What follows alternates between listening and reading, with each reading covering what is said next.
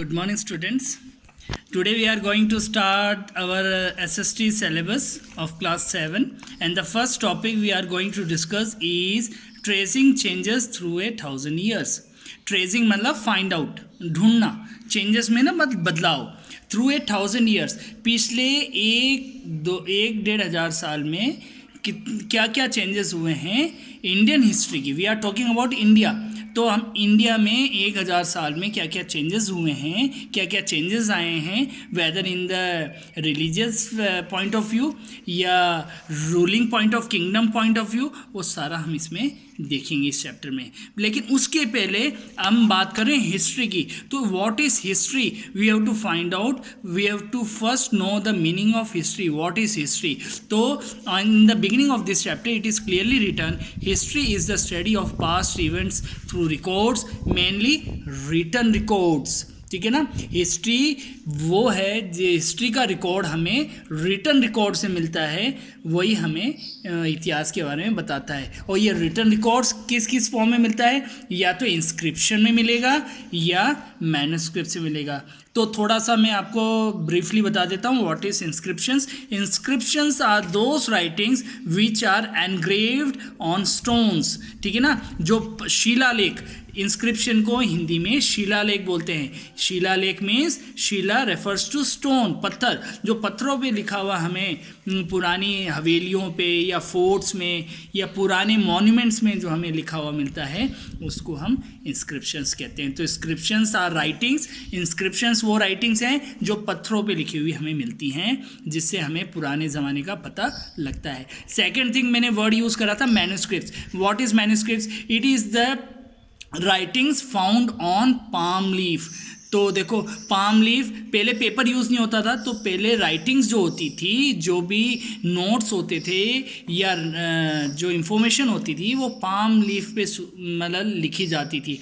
Palm क्या है? Palm is a name of A plant, और उसकी लीफ जो होती है बड़ी चौड़ी ब्रॉड होती है, उसको सुखा के उस पर लिखा जाता था. उसका रिकॉर्ड से हमें पता लगता है कि what kind of events, what kind of life style, what they live, how the structure was, वो सारा कुछ उसमें हमें देखने को मिलता था. अब हम बात करें इंडिया की. As I already told you, तो इंडिया की हिस्ट्री के बारे में हम बात करें तो देखो देखो ये the bottom of this page, over the centuries there has been a vast change in the meaning of the term Hindustan. Hindustan means the land of Hindus and all other religions. अब today it is understood as India. लेकिन हिंदुस्तान को अब हम किस नाम से जानते हैं? इंडिया के नाम से जानते हैं. तो पहले इंडिया, दो नाम आ गए, एक तो हिंदुस्तान और नया नाम उसका क्या गया? इंडिया. तो हम इसके मतलब इंडिया के नाम के ऊपर थोड़ा सा ब्रीफली आपको मैं क्लियर कर देता हूँ. The modern nation state in ancient times India was called Bharatvarsh. तो इंडिया के देखो तीन नाम आ गए, एक तो हिंदुस्तान आ गया, सेकेंड नेम आ गया इंडिया, अब थर्ड नेम क्या रहा था? भारतवर्ष. मतलब इंडिया का थर्ड नेम भारतवर्ष. भारतवर्ष कैसे पड़ा? एक फेमस किंग हुए थे near about in the 5th century BC. ठीक है ना. उसमें भरत नाम के राजा हुए थे. उन्होंने पूरे इंडियन सब कॉन्टिनेंट को जीत लिया था, और वो पूरे Indian subcontinent including India and their neighbouring countries such as Pakistan, Bhutan, Nepal, they all were under Bharat. तो उनके नाम पे भरतवर्ष इनका नाम पड़ा. फिर जम्बू द्वीप. जम्बू द्वीप मीन्स द लैंड ऑफ जामुन. ठीक है ना. जम्बू द्वीप मतलब यहाँ पर जो जामुन के पोज जो है, ओरिजिन जो जामुन का ओरिजिन हुआ है वो इंडिया से हुआ है.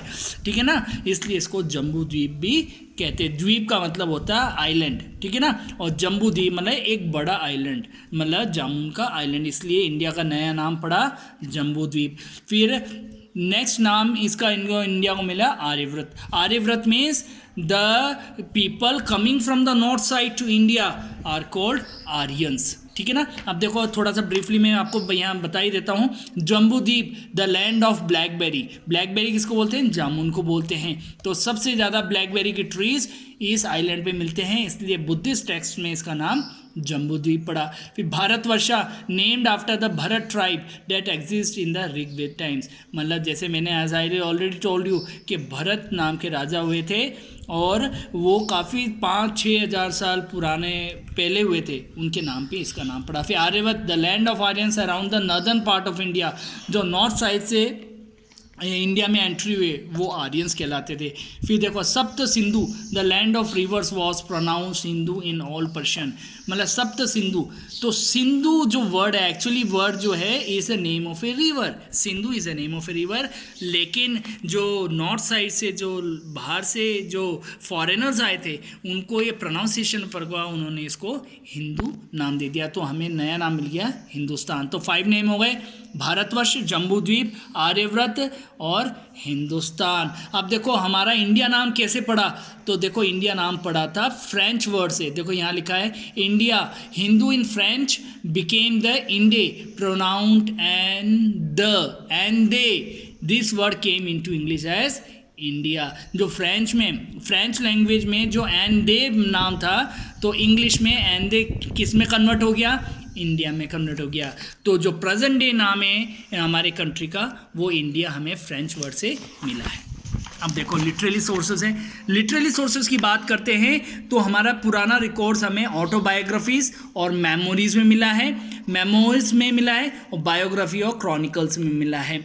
अब ऑटोबायोग्राफी क्या होता है, ऑटोबायोग्राफी को अगर हम हिंदी में पढ़ें literally means the word autobiography literally means आत्मकथा, जो खुद लिखी जाती है। जैसे आजकल कई जने अपनी डेली डायरी लिखते हैं ना, जो भी वो करते हैं या जो भी उनके साथ होता है वो डेली मतलब डायरी लिखने की आदत होती है। तो पहले के ज़माने में भी कई सेलिब्रिटीज़ हैं, इंक्लूडिंग एक सेलिब्रिटी था बाबर और जहांगीर, ये 2 सेलिब्रिटीज़ थे, उन्होंने एक डायरी लिखने की आदत थी। उन डायरी को फिर उनके एक पोएट ने, किसी राइटर ने उनकी ऑटोबायोग्राफी में कन्वर्ट कर दिया। तो ये था ऑटोग्राफी मीन्स आत्मकथा। अब बायोग्राफी हमेशा, बायोग्राफी का लिटरली मीन्स होता है जीवनी, जो दूसरे की मतलब एक बंदा मतलब एक राइटर दूसरे की बायोग्राफी लिखता है, ठीक है ना, दूसरे के बारे में जो हम लिखते हैं, बुक लिखते हैं, उसको हम बायोग्राफी कहते हैं। अब बात करते हैं सम इम्पॉर्टेंट फॉरेन ट्रैवलर्स, जो इंडिया में बाहर के फॉरेनर्स जो आए उनके बारे में हम थोड़ा मतलब डिस्कस कर लेते हैं इन ब्रीफ। तो जैसे first Muslim ruler to came into India from Afghanistan is Sultan Mahmud Ghaznavi, ठीक है ना, मोहम्मद गजनवी जिसे हम नाम से जानते हैं, ठीक है ना, तो उनका ओरिजिनल नेम था Mahmud Ghazni. Conquest in the Kitab ul Hind, एक बुक है किताब उल हिंद, जो कि उसमें लिखा हुआ मिलता है कि सबसे पहले जो इंडिया में फॉरेन रूलर्स मतलब अरब से जो पहला रूलर आया वो था महमूद गजनी, ठीक है ना। तो ये हमें किताब किस में पता लगा, किताब उल हिंद एक बुक है उसमें हमें पता लगा। उसके पीछे फिर देखो यहाँ पर आया some parts of southern India. अब मार्को पोलो जो था, जैसे किताब उल हिंद तो नॉर्दर्न इंडिया के ऊपर लिखी गई क्योंकि मोहम्मद गजनी ने नॉर्थ इंडिया और सेंट्रल इंडिया पे रूल करा था, लेकिन मार्को पोलो ने साउथ इंडिया के ऊपर वो उसने ट्रैवल करा था from China to Persia and to India. तो उनने इंडिया के बारे में, साउथ इंडिया के स्पेशली साउथ इंडिया के बारे में मार्को पोलो ने लिखा था। फिर एक और राइटर हैं जो मुगल पीरियड माना जाता है 13th सेंचुरी से, क्योंकि 15th सेंचुरी से, क्योंकि फर्स्ट मुगल रूलर जो है 1526 में बाबर को माना जाता है। तो मुगल पीरियड 1526 से हम बात करें तो कौन कौन आए थे यहाँ पर, कौन से यहाँ पर आए थे, जो पिछले यहाँ पर 1294 है, मैंने 1526 यूज़ करा है, यहाँ पर 1294 यूज़ कर रहे हैं। तो इबिन बतूता मोरक्को से आए थे, मोरक्को इज़ ए कंट्री है ना, वहाँ से इबिन बतूता आए थे। फिर इटली से कौन आया था, निकोलो कॉन्टी आए थे। वो सब ये कि फॉरेन ट्रैवलर्स थे और राइटर भी थे, जिन्होंने अलग अलग कंट्री, इनका काम क्या होता था फॉरेन ट्रैवलर्स का, कि कंट्री टू कंट्री घूमना है और वहाँ के कल्चर, वहाँ की ड्रेसिंग सेंस, वहाँ का लैंग्वेज, वहाँ के फूड हैबिट्स, ये सारा लिख के पूरे वर्ल्ड कम्युनिटी को उन्होंने बताया था।